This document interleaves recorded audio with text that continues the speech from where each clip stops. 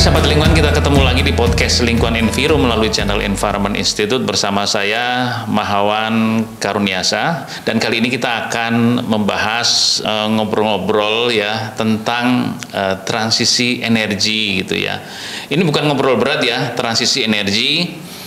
Jadi kondisi saat ini kita sedang menghadapi perubahan iklim. Oleh karena itu ada emisi yang harus dikurangi. Semua kehidupan kita perlu berubah, termasuk urusan energi.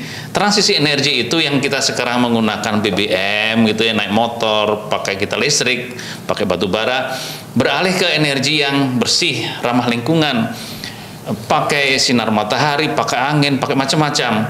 Itu yang dimaksud dengan transisi energi, berubah dari energi yang tidak bersih menjadi energi yang ramah lingkungan. Oleh karena itu, kali ini kita bersama dengan Pak Tata Mustasya. Wah, betul, Pak. Beliau itu dari Greenpeace ya. Ya, dulu Greenpeace Indonesia, sekarang di Greenpeace Internasional. Ya. Apa kabar, Pak Tata? Baik, Pak Mahawan, nih lama nggak ketemu ya kita. Lama nggak ketemu. Ya. Terima kasih banyak Pak Tata ya, berkesempatan kali ini bertemu, bisa kita ngobrol bersama sahabat lingkungan gitu ya. Pak Tata, ini mungkin sedikit ya sahabat lingkungan ingin ya mungkin mengenal, mungkin sudah banyak yang dengar mengenai Greenpeace, tapi bagaimana Greenpeace yang saat ini khususnya yang di Indonesia, kemudian sekarang juga yang internasional, termasuk juga sekarang sedang memperhatikan apa sih Greenpeace Indonesia maupun internasional gitu Pak Tata. Terima kasih Pak Mahawan. Ya. Sekilas sebenarnya Greenpeace mungkin ya. Jadi betul. Greenpeace Greenpeace itu pada dasarnya merupakan organisasi kampanye lingkungan. Bagaimana dunia ini bisa menjadi lebih hijau, gitu Pak Mahawan dan teman-teman semua. Pertama lebih hijau. Ya. Kedua juga kita ingin lebih damai. Jadi makanya Green dan Peace ya. Green dan Peace. Jadi istilahnya itu ya, Green dan Peace itu ya. Jadi memang fundamental sekali ini, dan kita juga mengkonfrontasi, makanya mungkin kita sering melihat aksi-aksi Greenpeace mengkonfrontasi sistem yang merusak lingkungan. Jadi sistem saat ini, sistem ekonomi, sistem politik yang berdampak buruk pada lingkungan kita. Nah, kegiatannya bermacam-macam.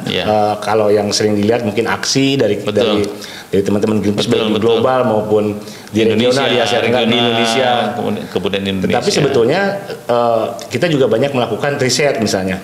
Oke, jadi ternyata tidak hanya aksi yang selama ini mungkin para netizen sahabat lingkungan sudah lihat ya, aksi mengkonfrontasi itu, tapi bentuk konfrontasi itu juga dalam bentuk riset juga. Betul, dalam bentuk riset, dan riset tersebut bisa disampaikan kepada publik, kepada pengambil kebijakan. Jadi kita juga melakukan riset, kita melakukan kegiatan kreatif, musik misalnya, acara musik sering kita adakan. Jadi dengan cara yang asik juga ada. Dengan cara yang asik ada. Ya, betul. Lalu kemudian kita juga bisa berdiskusi juga dengan pengambil kebijakan. Dan dengan kegiatan-kegiatan yang khas Greenpeace itu adalah kreatif dan non kekerasan. Oh, nah ini kata kunci, kreatif non kekerasan gitu ya. Betul. Jadi sudahlah, kita berbeda pendapat itu wajar, tetapi yang perlu dihindari adalah kekerasan dan yang tidak kreatif. Ya, betul. Jadi aslinya kreatif dan non kekerasan. Oke, Pak Tata, jadi itu tentang Greenpeace. Nah, sekarang ada itu tadi di awal kita sudah kita singgung ya, transisi energi. Dan di Indonesia dan di dunia, salah satu faktor utama emisi yang menyebabkan perubahan iklim kan energi. Nah, gimana Pak Tata nih, bagaimana pencermatan dari Greenpeace mengenai posisi transisi energi ini? Atau mungkin sahabat lingkungan juga perlu tahu bagaimana sih menurut Greenpeace ya tentang transisi energi ini, mungkin dari konsep globalnya, karena sekarang Pak Tata di Greenpeace Internasional, tapi bagaimana juga di Indonesia? Sebetulnya, terima kasih Pak Mahawan. Sebetulnya ada dua hal yang bisa kita lihat akhir-akhir ini. Yang pertama, ada sebuah survei yang dilakukan oleh World Economic Forum, jadi forum pemimpin ekonomi dunia ya. Forum ekonomi, nggak main-main tuh forum ekonomi. Jadi dunia. Ini forum ekonomi Pak Mahawan, jadi bukan forum lingkungan ya. Bukan forum lingkungan loh gitu ya. Yang terdiri dari pemimpin negara, kemudian pemimpin bisnis dan lain-lain, itu melakukan survei juga kepada pemimpin dunia. Dalam jangka pendek itu yang muncul di atas, paling atas itu adalah krisis kebutuhan pokok ya, harga-harga kebutuhan pokok. Harga-harga. Termasuk energi. Nah, lain-lainnya itu di 10 besar itu banyak sekali isu lingkungan. Isu lingkungan, betul. Keanekaragaman hayati, Itu dalam jangka pendek. Nah, dalam jangka panjang, ternyata resiko yang dilihat teman-teman semua, yang dilihat paling besar oleh para pemimpin dunia dari berbagai pemangku kepentingan ini adalah isu lingkungan. Kalau teman-teman bisa membacanya, itu kira-kira ekonomi dan bisnis yang akan jalan, Pak Mawahan. Kalau perubahan iklim masih berlangsung seperti saat ini, kerusakan lingkungan masih terjadi seperti saat ini. Dua latar belakang itu sebetulnya yang mendorong Greenpeace sebagai organisasi lingkungan dan mungkin teman-teman yang lain di isu lingkungan, di kampanye lingkungan itu sekarang mendorong percepatan. Jadi kata kuncinya percepatan, Pak Mawan. Kata kuncinya percepatan transisi energi. Nah, bagaimana di Indonesia? Di Indonesia kalau perkiraan pemerintah ya di 2030 58% emisi Indonesia akan berasal dari sektor energi. Jadi betul-betul kalau kita bicara perubahan iklim yang dampaknya akan sangat besar, Pak Mawan dan teman-teman semua, itu betul-betul transisi energi ini menjadi kunci. Tentu ada juga hal-hal lain, menghentikan deforestasi, kemudian di sektor industri juga. Tapi energi ini betul-betul menjadi kunci bagi kita untuk menghentikan krisis iklim yang akan berdampak besar pada kita semua. Oke, Pak Tata. Jadi, tapi kenapa ada kata-kata just itu? Atau artinya kenapa transisi energi ini perlu adil? Ini sahabat lingkungan juga perlu tahu, kan ada just ini ya. Gimana itu, Pak Tata? Iya, jadi kalau kita lihat memang Pak Mahawan dan teman-teman semua, isu energi ini bagi teman-teman di isu lingkungan, bagi para aktivis lingkungan juga unik nih, Pak Mahawan. Betul. Unik karena ini merupakan kebutuhan esensial kan energi ini. Jadi berbeda dengan isu lingkungan di sektor-sektor lain ya. Tidak bisa hidup tanpa energi. Betul. Sehingga aspek keadilan ini menjadi sangat penting. Di gerakan masyarakat sipil, organisasi masyarakat sipil itu sudah menyusun apa sih berkeadilan itu, walaupun tentu nanti kita harus turunkan lagi secara lebih personal. Di antaranya adalah pertama itu kalau transisi energi berkeadilan itu transparan prosesnya dan akuntabel. Lalu tidak melanggar hak asasi manusia, kemudian adil secara ekonomi, adil secara ekologis, dan transformatif. Jadi memang harus mengubah cara hidup kita, ekonomi kita lah gitu. Nantinya berubah gitu. Nantinya energi kita bisa dipenuhi di rumah dan sebagainya. Ya ini sahabat lingkungan ya. Jadi keadilan, kenapa istilah just atau adil dalam proses transisi dari energi yang tidak ramah lingkungan ke energi ramah lingkungan? Pertama karena semua orang itu kebutuhan dasar orang butuh energi.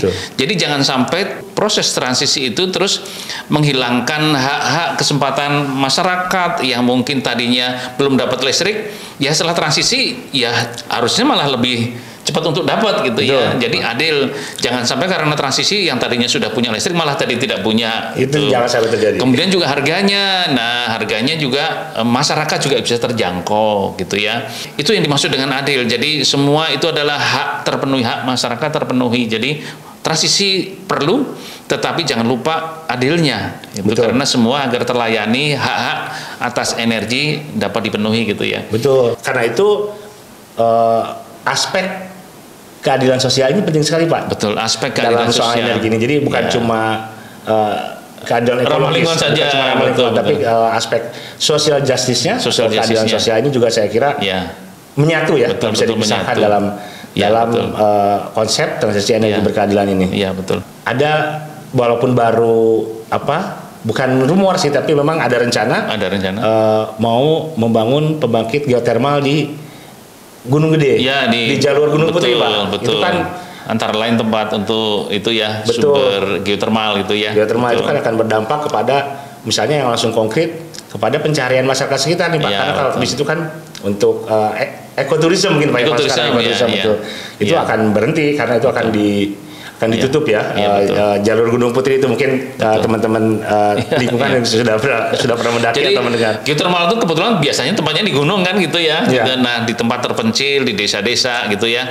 Nah keadilan itu macam-macam, termasuk selain keadilan yang akan menerima energi pada saat pembangkitan industri energi itu, upaya menghasilkan energi itu juga memperhatikan masyarakat dan lingkungan sekitar kan itu ya. Jadi itu memang PR yang tidak mudah, tapi itu harus dilakukan gitu ya, untuk transisi menuju energi yang ramah lingkungan. Nah, Pak Tata, selain adil, ini kemitraan menjadi penting. Ya. Itu ya, sahabat lingkungan kalau yang mencermati, mungkin di googling itu Just Energy Transition Partnership. Wah, ada kata partnershipnya gitu. Itu bagaimana sih konsepnya kemitraan itu? Apakah kemitraan siapa saja yang harus bermitra itu? Nah, sebetulnya kemitraan ini juga merupakan kunci, Pak Mohan, untuk agar kita bisa mempercepat transisi energi tadi. Mempercepat betul. Karena tadi waktunya 7 tahun, Pak Mohan menyampaikan teman-teman semua. Nah, pertama, transisi energi dalam usaha kita menghentikan krisis iklim ini, mengatasi krisis iklim ini, kan tanggung jawab bersama sebetulnya. Betul. Tanggung jawab bersama. Jadi kalau negara maju saja nggak akan jalan. Tidak bisa. Kalau Indonesia yang didorong terus juga tidak akan jalan. Karena ini permasalahan global. Jadi teman-teman semua, perubahan iklim atau krisis iklim ini adalah permasalahan global. Jadi di mana dunia terancam kenaikan suhu melebihi 1,5 derajat gitu. Nah, ini nggak bisa hanya beberapa negara.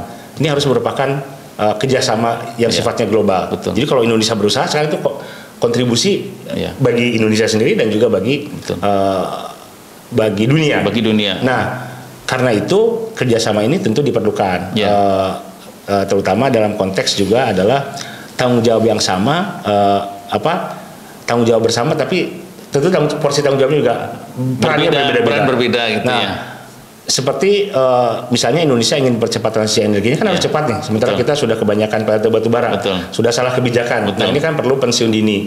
Nah, makanya ada sekarang walaupun kita harus terus memonitor nih Pak Mahwan. Harus terus dimonitor karena ternyata harus dikawal lah gitu ya. Dikawal kira-kira gitu. Harus dikawal. Itu pendanaannya, komitmennya besar sekali, 20 miliar US dollar atau sekitar 315 triliun rupiah.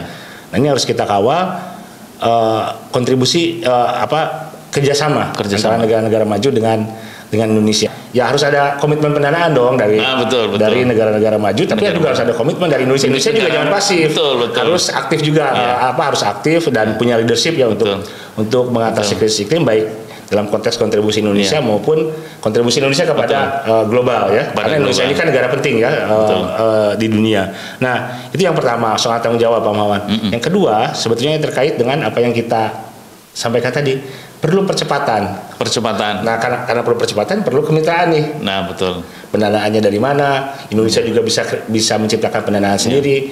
Tentu komunitas internasional juga harus mendukung negara-negara berkembang seperti Indonesia untuk bisa mengatasi krisis iklim dalam konteks ini usaha atau komitmen global. Oke, jadi itu ya yang dimaksud dengan partnership, karena dilakukan sendiri, satu negara sendiri tidak memungkinkan mengatasi masalah itu. Dan khususnya ada negara maju, ada negara berkembang. Negara maju duitnya lebih banyak, teknologinya lebih maju.